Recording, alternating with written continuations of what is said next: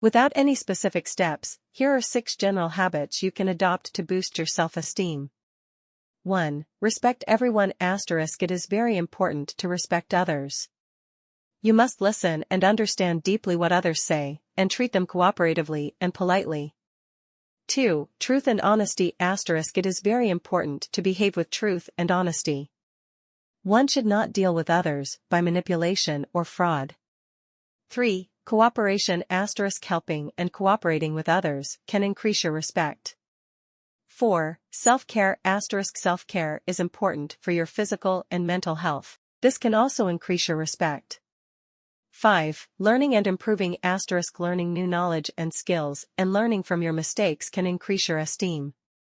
6. Patience and dedication. It is important to have patience and show dedication in any task.